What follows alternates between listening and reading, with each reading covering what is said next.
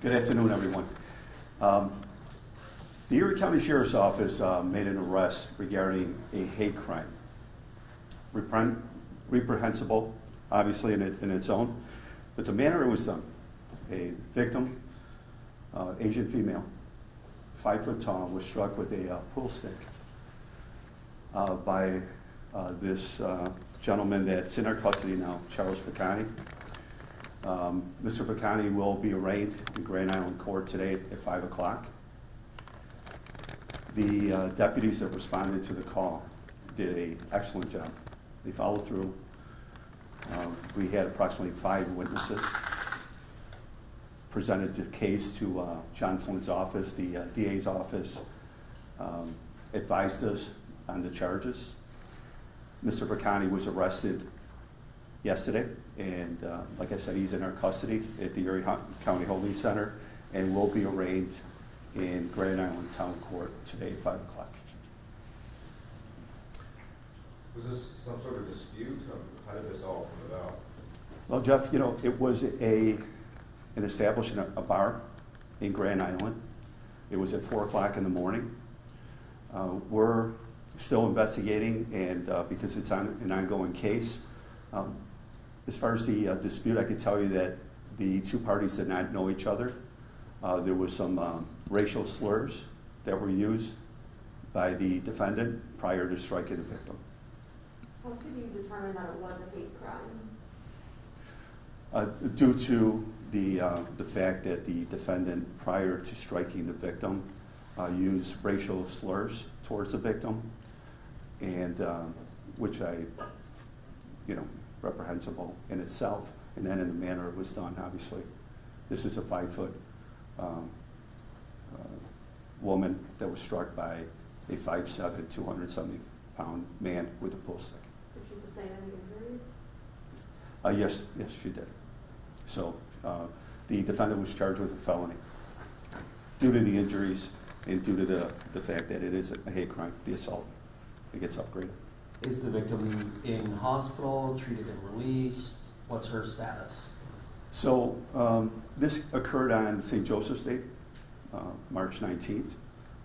She's not in hospital, and she was treated for her injuries. What were her injuries? You know, I don't have that, Jeff, in front of me. Yeah, I can't answer that question. She was. Were they severe, minor, anything along those lines? It entails a felony. So, do we have an idea of the injuries of the victim? Not from the hospital, but it was, every prosecutor was Right. So she was struck in the head with a pool stick, Jeff. So you can imagine a 5'7", 270-pound defendant striking a 5 foot woman in the head with a pool stick, and in the head. So can cause, I'm not sure if she required stitches, but severe enough to charge the felony. What was the date of the incident again? It was March 19th. The deputies followed through, gathered the witnesses, took statements, presented the case to the Erie County DA's office, and the defendant was arrested yesterday. He's been in our custody since, and he will be arraigned today in Grand Island Court at 5 o'clock. What does the sentencing look like for a charge like this? I'm sorry? Sentencing, what does that look like for this type of charge? Well, I'd rather not comment on that. That's something the John Flynn's office will, prosecute, and we'll see what the results are at a later date. What bar was this at?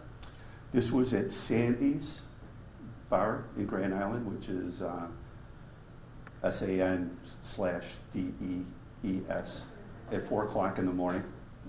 So, And like Grandma said, nothing good happens after midnight. so when you say there were 5 witnesses, were they also involved, or did they just see the whole thing? They were patrons at the bar. You said this happened on March 19th?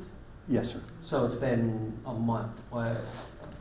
Is that normal for it to take that long to make an arrest?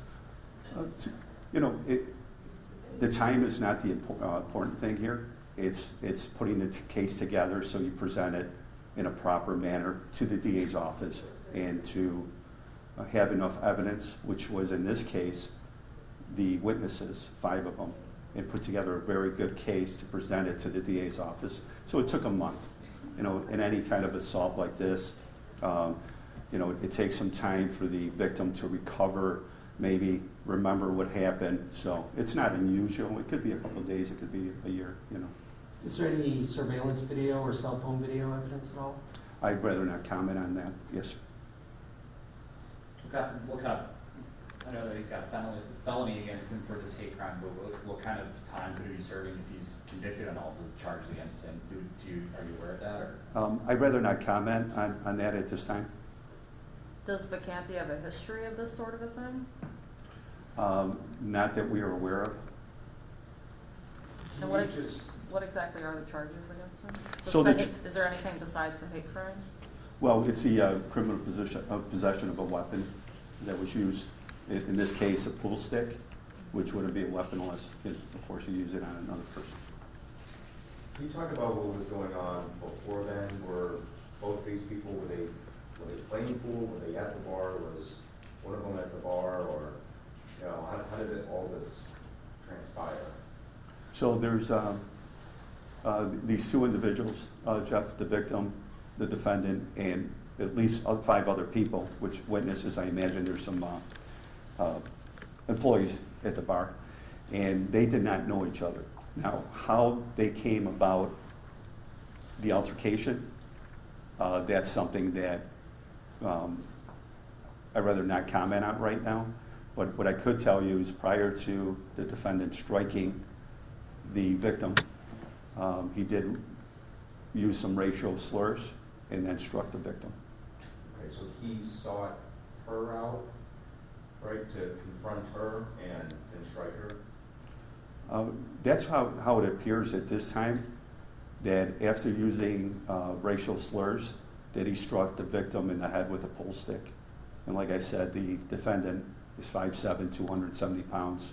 The victim is 5 foot tall. The racial slurs were directed towards this Asian American woman. Then she was struck in the head with a pole stick. What happened after he struck her? He just took off? And that's what it appears at this time. So, and hence, you know, the month, the time period, finding the defendant, gathering up the witnesses, taking statements from the victim along with the 5 witnesses. So I have to say the deputies did a fantastic job. And when I say deputies, they followed through with this. Our investigators were not involved. So kudos to our deputies for following through with this and doing an outstanding job. Are you able to share the defendant's name with us? Yes, the defendant's name is Charles Vacanti. How do you spell that? V is in Victor, A-C-A-N-T-I. Charles, normal spelling. Is he a resident of Grand Island? Yes, he is, sir. Yes. Was the victim local as well? Was The victim victim is a resident of the town of Tonawanda. Was there something specific that led you guys to him after he took off? In the course of the investigation, in speaking with the witnesses, and speaking with the employees of the bar, led the deputies to the defendant. At this time, was there any signs of mental disability? I'm sorry, sir? At this time, was there any signs or signs of any kind of mental disability? On the defendant? No, sir. Were they both alone? The defendant and the victim? Unknown at this time, Jeff, if they both went to the bar alone or with a group of people. Was alcohol a heavy influence in any way with these decisions, or is that not specific? Well, I think we've all been around Western New York, and 4 o'clock in the morning at San-Dees Bar on Grand Island. I would say that possibly. In terms of the striking, you know, the striking of the head, if we're envisioning that happen, do you know if it was maybe from behind or face to face, or, you know, how did that I'm not exactly sure of that.